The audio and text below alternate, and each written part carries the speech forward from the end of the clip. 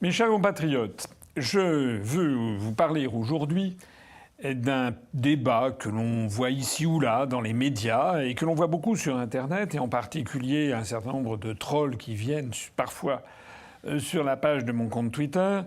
Et le débat consiste à faire croire aux Français que si vous n'êtes pas rangé directement derrière le régime ukrainien, si vous militez pour la paix, si vous estimez que les Russes ont eu des raisons sérieuses d'intervenir en Ukraine après 8 ans de bombardement au Donbass, si vous estimez que la presse française est beaucoup trop alignée sur la vision américaine des choses alors que les choses sont beaucoup plus compliquées, si vous n'avez pas envie de soutenir le régime néo-nazi de Kiev, et sans compter les liens avec cette escroquerie générale que représentent FTX et M.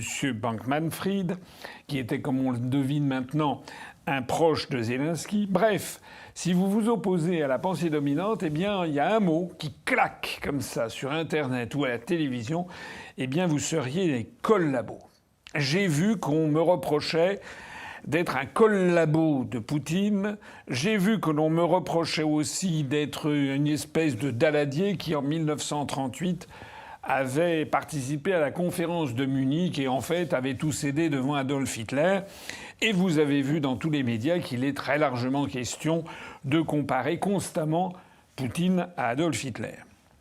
Alors je voudrais consacrer cette petite vidéo pour un petit peu clarifier les choses et appeler mes compatriotes à faire preuve de discernement face à la propagande, à creuser le sujet, à s'intéresser à l'histoire pour ne pas faire de mauvaises interprétations. Parce qu'en fait, on a une réinterprétation de l'histoire, une inversion quasiment systématique des valeurs et des positions des uns et des autres. Alors, je voudrais dire d'abord, c'est quoi la collaboration ? À l'origine, c'est un mot formé à partir du latin avec comme constitution, c'est cum statuere, se réunir ensemble. Comprendre, c'est cum prehendere, c'est prendre ensemble. Eh bien, collaboration, c'est cum laborem, c'est travailler ensemble. Donc, un collaborateur, c'est quelqu'un qui travaille avec, qui travaille ensemble. Ça, c'est a priori un mot neutre. D'ailleurs, on l'utilise dans la vie quotidienne. Quand vous dites, par exemple, vous êtes au travail, vous avez des collaborateurs, ce sont des gens qui travaillent avec vous ou qui travaillent sous l'autorité d'un même chef. Bien. Mais en français, ce mot a pris une connotation très particulière à partir de 1940, et tout particulièrement du mois d'octobre 1940. Une réunion est organisée dans la petite ville de Montoire, c'est dans le Loir-et-Cher, dans la gare de Montoire, où le train de Hitler s'arrête et où Pétain, venant de Vichy, est allé le rencontrer. Alors, il y a une photo qui est très célèbre, où on voit justement Pétain qui serre la main de Adolf Hitler, qui est à l'époque donc à la fois le chancelier du Reich, mais surtout le Führer, le directeur, le chef, le leader de l'Allemagne hitlérienne. Cette rencontre a lieu le 24 octobre 1940. La photo, évidemment, fait le tour du monde. Mais il faut savoir, alors les entretiens, on ne sait pas exactement ce qui s'est dit, le verbatim, comme on dit, mot à mot ce qui s'est dit, mais ce que l'on sait, c'est que 6 jours après, le 30 octobre 1940, le maréchal Pétain fait une allocution radiodiffusée depuis Vichy, comme il en a pris l'habitude de parler aux Français au coin du feu pour leur dire l'état de la situation. Et c'est dans cette allocution du 30 octobre 1940 que le maréchal Pétain va utiliser le mot de collaboration. Et il l'utilise dans un paragraphe qu'il faut vraiment que vous connaissiez, tellement il est révélateur de beaucoup de choses. Le paragraphe, c'est le suivant, le passage de son discours est le suivant. Il dit « C'est dans l'honneur et pour maintenir l'unité française, une unité de 10 siècles, dans le cadre d'une activité constructive du nouvel ordre européen, que j'entre aujourd'hui dans la voie de la collaboration. » La collaboration avec l'Allemagne nazie.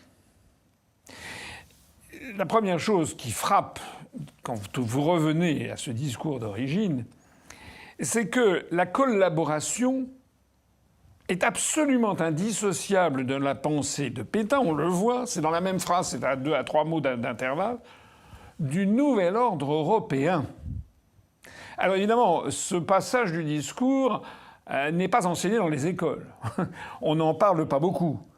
Parce que la collaboration est devenue une ignominie, puisque c'est en fait la France qui se soumet au régime abject d'Adolf Hitler. Mais en revanche, le nouvel ordre européen, dont on a fait en sorte d'essayer de cacher aux Français que c'était le projet hitlérien, je renvoie ici à mes conférences sur les origines cachées de la construction européenne. Eh bien là, en revanche, c'est formidable. On nous explique aujourd'hui que rien n'est mieux que la construction européenne. Alors je voyais aussitôt des gens qui vont se récrier en disant « mais ça n'a rien à voir, c'est honteux, c'est scandaleux ». Non, non, non, c'est pas scandaleux, c'est pas honteux, ça a tout à voir. Il s'agit bien de bâtir un nouvel ordre européen à l'époque, avec Adolf Hitler, avec Mussolini en Italie. Et j'ai eu l'occasion, je renvoie à ma conférence sur les origines cachées de la construction européenne, de signaler le rôle de personnalités éminentes, côté nazi notamment, de Walter Hallstein, qui était l'un des juristes les plus proches de Adolf Hitler, qui participera d'ailleurs au voyage, à un voyage d'Hitler en Italie pour la rencontre avec Mussolini, et Walter Hallstein qui à la fois mettra sur pied les prémices de l'organisation de cette nouvelle Europe sous domination de l'axe Hitler-Mussolini, mais ce même Walter Hallstein qui ensuite portera sur les fonds baptismaux le projet de traité européen de 1957, le traité de Rome, et deviendra le premier président de la Commission européenne. C'était un ancien nazi, n'en déplaise à tous ceux qui veulent cacher absolument que Walter Hallstein était un juriste nazi. Alors, la première chose que je voudrais dire dans mon propos d'aujourd'hui, c'est que la collaboration, c'est bien dans le cadre d'un projet européen. Et c'est également dans le cadre de collaborer avec quelqu'un qui vous a subjugué, qui vous a mis sous son joug, qui vous a dominé. C'est parce que la France a été envahie par l'Allemagne que Pétain dit on va collaborer à ça. Alors maintenant, je voudrais comparer avec la situation d'aujourd'hui. Et avant de comparer avec la situation d'aujourd'hui, je voudrais rappeler quand même des éléments fondamentaux aussi de l'histoire de France. Qui a déclaré la guerre en 1900 pour la Seconde Guerre mondiale ? Je ne suis pas sûr, malheureusement, que tout le monde le sache. Eh bien, ce n'est pas Adolf Hitler qui a déclaré la guerre à la France, c'est la France qui a déclaré la guerre à Adolf Hitler. Pareil, c'est l'Angleterre qui a déclaré la guerre à l'Allemagne. Ça s'est passé le 3 septembre 1940, c'est-à-dire un mois et demi avant l'entrevue de Montoire dont je parlais à l'instant. Et pourquoi l'Angleterre et la France ont-elles déclaré la guerre à l'Allemagne ? Parce que l'Allemagne, depuis le milieu des années 30, était devenue une puissance en pleine croissance, notamment militaire, et l'Allemagne n'avait pas caché son dessein qui était d'agglomérer à elle les pays de langue germanique pour en fait revenir sur les décisions qui avaient été prises à la fin de la Première Guerre mondiale et qui, avec notamment les nationalités, c'est-à-dire les points de Wilson, on avait créé des nouveaux pays pour tenir compte des nationalités, mais il est vrai que ce principe n'avait pas été appliqué aux germanophones et donc Hitler considérait que c'était absolument injuste et voulait récupérer dans le Reich l'Autriche, qui avait été un des démembrements de l'Empire austro-hongrois, et puis les Sudètes, qui étaient la partie occidentale de la République tchécoslovaque. Et donc, vous connaissez cette histoire, du moins je l'espère. En 1938, l'Allemagne procède à l'Anschluss, c'est-à-dire l'unification de l'Autriche avec le Reich nazi. Donc les démocraties occidentales voient ça avec beaucoup d'inquiétude parce que on sait par ailleurs que le régime hitlérien n'est pas un régime d'enfant de cœur. 1938, il y a eu en 1935 les lois de Nuremberg qui sont des lois de ségrégation raciale et antisémite. Et en 1938, il y a eu la fameuse nuit de cristal qui est un pogrom à l'échelle nationale qui a lieu en Allemagne hitlérienne et avec des milliers d'exactions, des assassinats de juifs, des bris de glace qui ont donné leur nom à cette campagne. Donc on sait très bien qu'en fait le régime installé par Adolf Hitler est un régime tyrannique d'oppression et d'oppression raciale et en particulier antisémite. Mais en 1938, la force va du côté de l'Allemagne et lorsque l'Autriche, dont est originaire Adolf Hitler, ne l'oublions pas, demande son rattachement à l'Allemagne, eh bien les démocraties occidentales laissent faire. Puis vient l'affaire des Sudètes, c'est-à-dire donc de cette région de la République tchécoslovaque à l'ouest, peuplée de germanophones, et dont Hitler demande le rattachement. C'est ça qui va mener à la conférence de Munich, où vous avez Chamberlain pour le Royaume-Uni et Daladier pour la France, qui vont rencontrer Hitler, lequel est accompagné du comte Ciano, qui est le gendre de Mussolini. Tout le monde se rencontre et, à l'issue de cette conférence de Munich, eh bien, l'Angleterre et la France acceptent que l'Allemagne mette la main sur les Sudètes. C'est ce qui fera dire ensuite l'esprit munichois, l'esprit de Munich, c'est-à-dire cet esprit d'abandon face à un pays qui ne cesse que d'accumuler des proies territoriales. Et enfin, c'est lorsque l'Allemagne intervient en Pologne en 1939, notamment avec une affaire de provocation, avec une attaque sous faux drapeau, que lorsque les Allemands entrent en Pologne, à ce moment-là, l'Angleterre et la France déclarent la guerre à l'Allemagne. L'Angleterre et la France déclarent la guerre à l'Allemagne.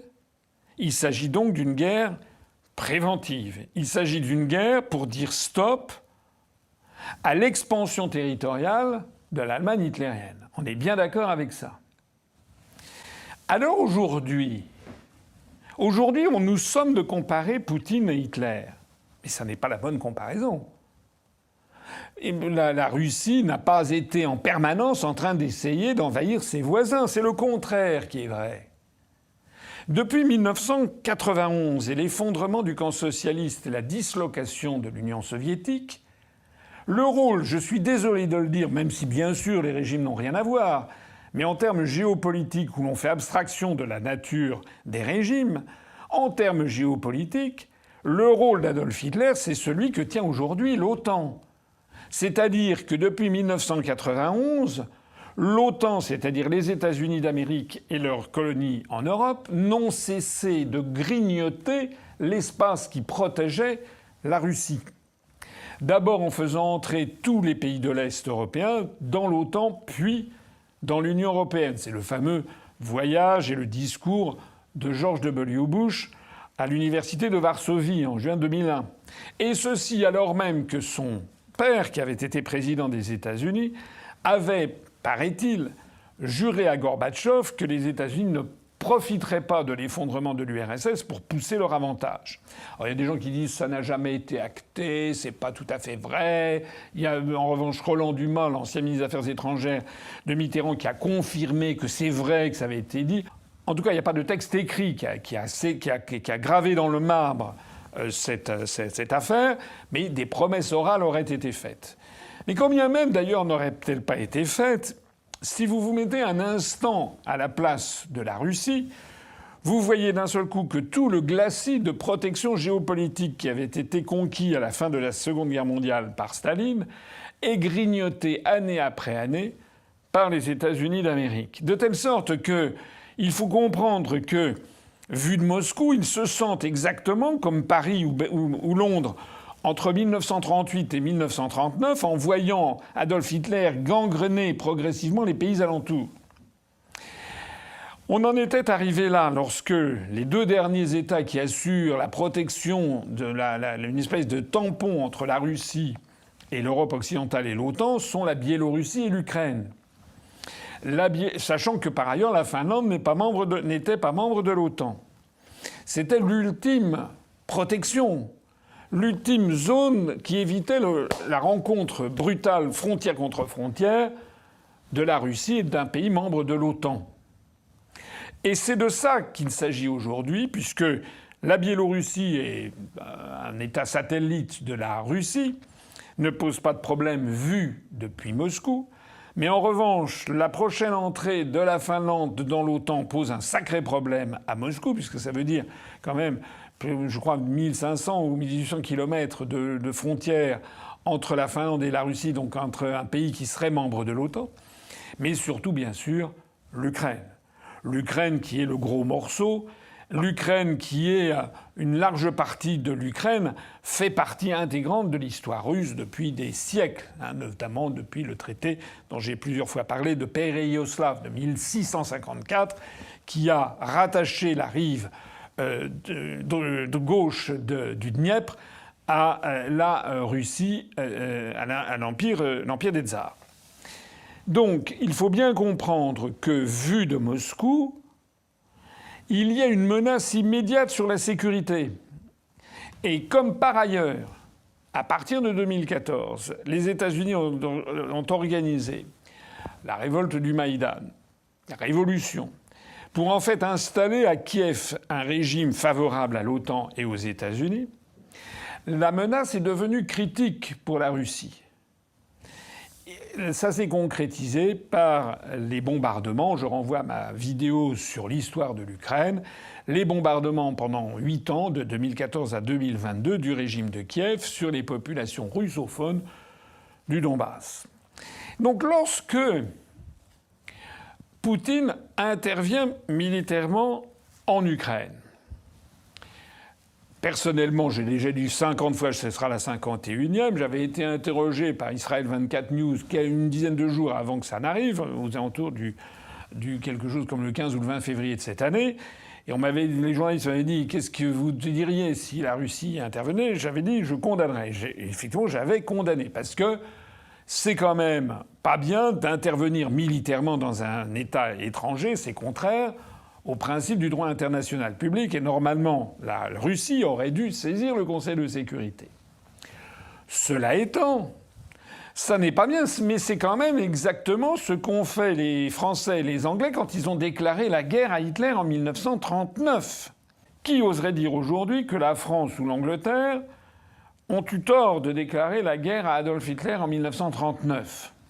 Il faut savoir qu'il y en a qui le disaient. C'était justement Pétain et les collabos. Justement, ceux qui voulaient collaborer avec l'Allemagne dans les années 1940, 41, 42 n'arrêtaient pas de dire que l'Allemagne ne nous avait rien fait et que c'était scandaleux de devoir déclarer la guerre à l'Allemagne.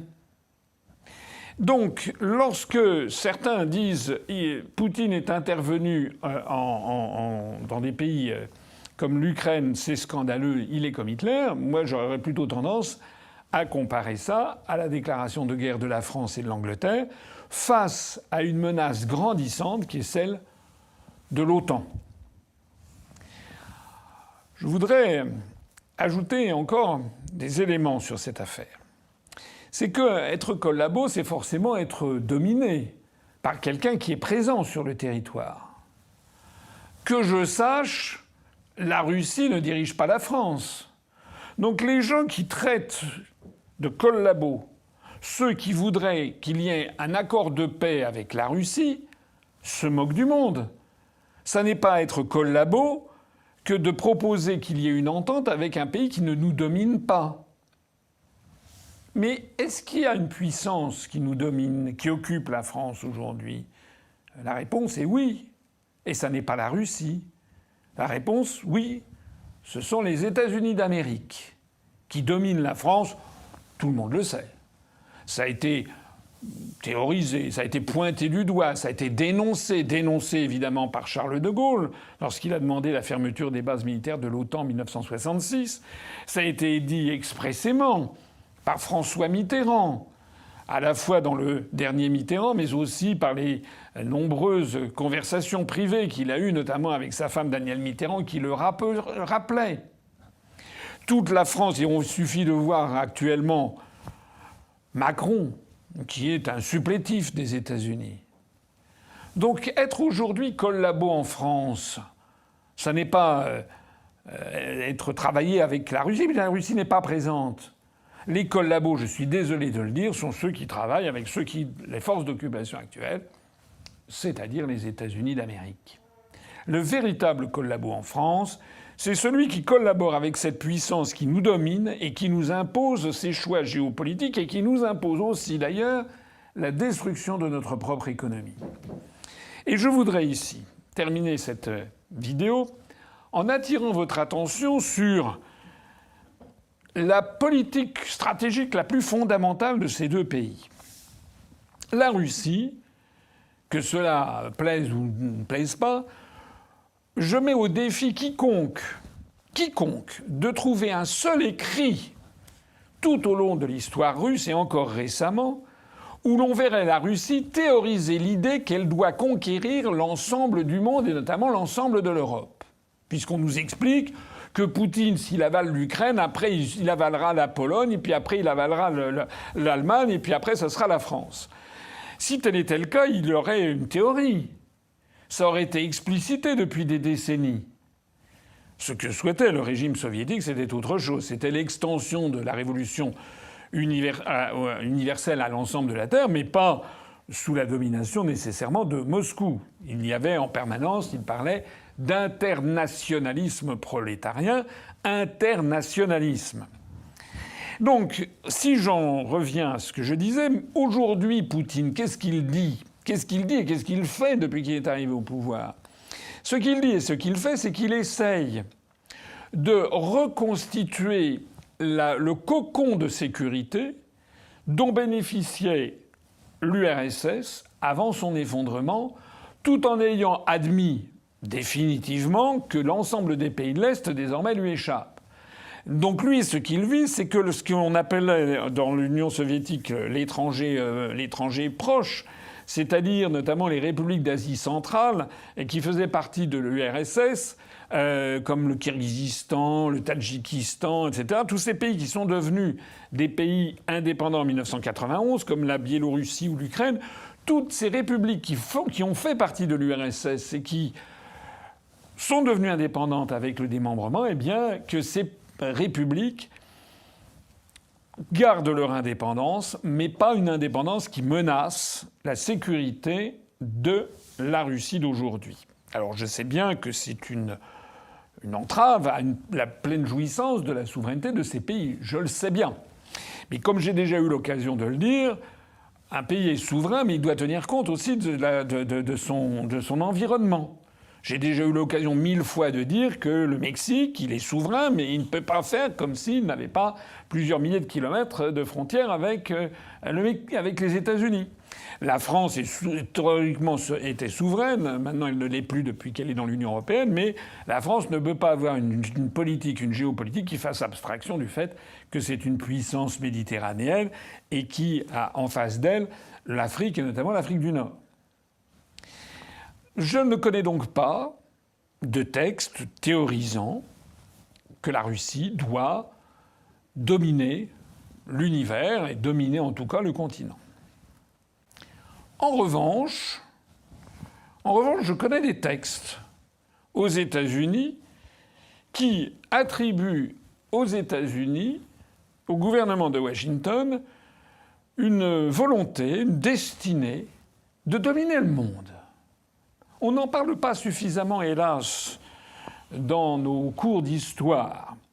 Mais le 2 décembre 1823, le 5e président des États-Unis s'appelle Monroe et il définit ce que l'on appellera ensuite la doctrine Monroe, c'est-à-dire qu'il estime que l'ensemble de ce qu'on appelle parfois l'hémisphère occidental, c'est-à-dire les Amériques, l'Amérique du Nord et l'Amérique du Sud, en fait, eh bien tout ceci, c'est en fait sous domination des États-Unis d'Amérique. C'est eux qui ont à s'occuper de ça. Et donc la doctrine Monroe, ça n'est pas exactement l'isolationnisme comme on nous le décrit régulièrement, comme si les États-Unis voulaient se refermer sur eux-mêmes, c'est presque le contraire. C'est pas que les États-Unis veulent se refermer sur eux-mêmes, c'est qu'ils veulent interdire aux puissances européennes de se mêler de ce qui regarde l'Amérique du Nord, l'Amérique centrale et l'Amérique du Sud. C'est quand même pas exactement le même concept. Donc il s'agit de chasser les pays européens de cet hémisphère occidental dont ils vont progressivement estimer que c'est à eux que ça appartient, soit directement, soit en imposant des gouvernements à leur sol. C'est toute l'histoire d'ailleurs de l'Amérique latine que je résume ainsi. Ça, c'était le 2 décembre 1823. Et puis il y a un autre 2 décembre, c'est le 2 décembre 1845. Le 2 décembre 1845, il y a un président, je crois que c'est le 10e président des États-Unis, qui c'est le président Polk, P-O-L-K, qui n'est pas très connu, et qui pourtant est un président qui a eu un rôle tout à fait important dans l'histoire des États-Unis, puisque le 2 décembre 1845, il fait un grand discours où il parle de la destinée manifeste des États-Unis d'Amérique à dominer tout l'ensemble qui va de l'océan Atlantique jusqu'à l'océan Pacifique. À l'époque, les États-Unis d'Amérique, en 1845, sont encore les États de la côte Est qui ont commencé à se répandre en allant vers les Grandes Plaines. Mais le centre et toute la bordure pacifique ne sont pas aux États-Unis d'Amérique. Le Mexique possède les États actuels de la Californie, de l'Utah, de l'Arizona, du Texas. Donc tout le sud-ouest des États-Unis d'Amérique d'aujourd'hui appartiennent en fait au Mexique, à la colonie, cette ancienne colonie espagnole. Et puis le nord, du côté de l'Oregon, appartient aux Britanniques. Et donc, M. Polk, le président des États-Unis, fait un grand discours pour dire qu'il va se battre à la fois contre les Anglais et aussi contre les Mexicains, puisque la destinée manifeste des Américains, c'est d'avoir un pays qui va être continu jusqu'à la zone Pacifique. Il jette son dévolu sur la République du Texas. La République du Texas est un démembrement du Mexique qui a obtenu son indépendance en 1836, pendant quelques années, qui a de l'indépendance qui n'était pas reconnue par le gouvernement de Mexico, mais qui a été aussitôt reconnue par le gouvernement de Washington, mais aussi d'ailleurs par le gouvernement français. Je crois que Louis-Philippe avait reconnu la République du Texas. C'est un État qui a j'ai déjà eu l'occasion de faire d'autres vidéos, de citer que la République du Texas a eu une histoire d'un pays indépendant et qu'actuellement il y a des mouvements indépendantistes au Texas qu'il ne faut d'ailleurs pas mépriser ni négliger. Le gouvernement du président Polk décide de mettre la main sur le Texas. Il bénéficie d'agents comme Sam Houston. Houston va donner son nom d'ailleurs à l'une des grandes villes du Texas, qui tire son nom justement de l'un de ses habitants qui était d'origine anglaise, qui s'était installé dans cette colonie, dans cet ancien territoire mexicain dont la souveraineté, on ne savait pas très bien qui est-ce qu'il allait la prendre. Et finalement, c'est le président des États-Unis. Et à la fin de la présidence du président Polk, il a réussi non seulement à mettre la main sur le Texas, mais également à se partager l'État de l'Oregon et actuellement l'État de Washington, donc tout à fait la côte nord-ouest des États-Unis, à se partager jusqu'à l'île de Vancouver avec les Britanniques. Et puis il a réussi à mettre la main sur tous ces États du sud-ouest des États-Unis que sont, je le disais tout à l'heure, la Californie, l'Arizona, le Nouveau-Mexique, le Texas, l'Utah, le Nevada, etc. Donc un énorme morceau du gâteau américain que le président Polk a apporté. Et ça, c'est le principe de la destinée manifeste. Or, cette destinée manifeste imprègne l'esprit américain. Imprègne l'esprit américain qui, en fait, estime qu'il y a d'ailleurs des phrases pour désigner, il se désigne eux-mêmes comme la nation indispensable, la nation incomparable, la nation qui a une destinée manifeste, en fait, à apporter la liberté au monde pour y imposer un ordre qu'ils n'osent pas appeler l'ordre américain, mais qu'ils appellent aujourd'hui le nouvel ordre mondial. Il faut bien comprendre que ce que l'on appelle aujourd'hui le nouvel ordre mondial, dont M. Sarkozy a été le porte-parole.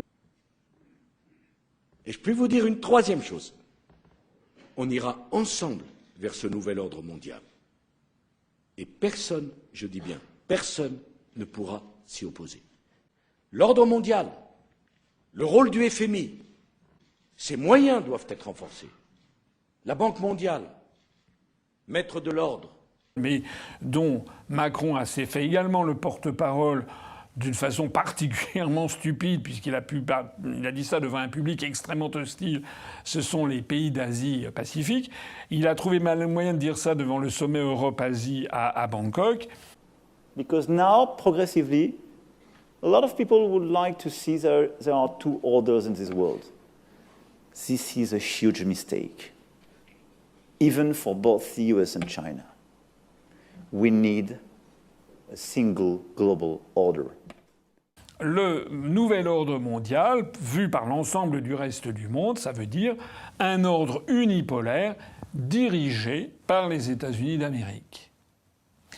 Moi, lorsque j'entends Macron dire qu'il faut ce nouvel ordre mondial, parce que sinon ça serait la loi de la jungle, d'abord c'est faux. Simplement, ce nouvel ordre mondial, ça veut se substituer au droit international public et à l'ordre international qui est sorti des siècles, et notamment depuis le XVIIe siècle. Mais lorsque j'entends Sarkozy dire il faut un nouvel ordre mondial, ou Macron dire il faut un nouvel ordre mondial, et donc il faut travailler avec eux, je suis désolé, ça va choquer des oreilles prudes. Mais en substance, ça n'est pas différent du discours de Pétain, dont je rappelle qu'il disait « c'est dans l'honneur ». Et pour maintenir l'unité française, une unité de 10 siècles, dans le cadre d'une activité constructive du nouvel ordre européen, que j'entre aujourd'hui dans la voie de la collaboration. Eh bien, on peut dire que Nicolas Sarkozy, Hollande, Macron nous disent en substance que c'est dans le cadre d'une activité constructive du nouvel ordre mondial, sous-entendu dirigé par Washington, eh bien que je suis entré dans la voie de la collaboration. Voilà. Je terminerai ici en disant qu'on est toujours le collabo de quelqu'un d'autre.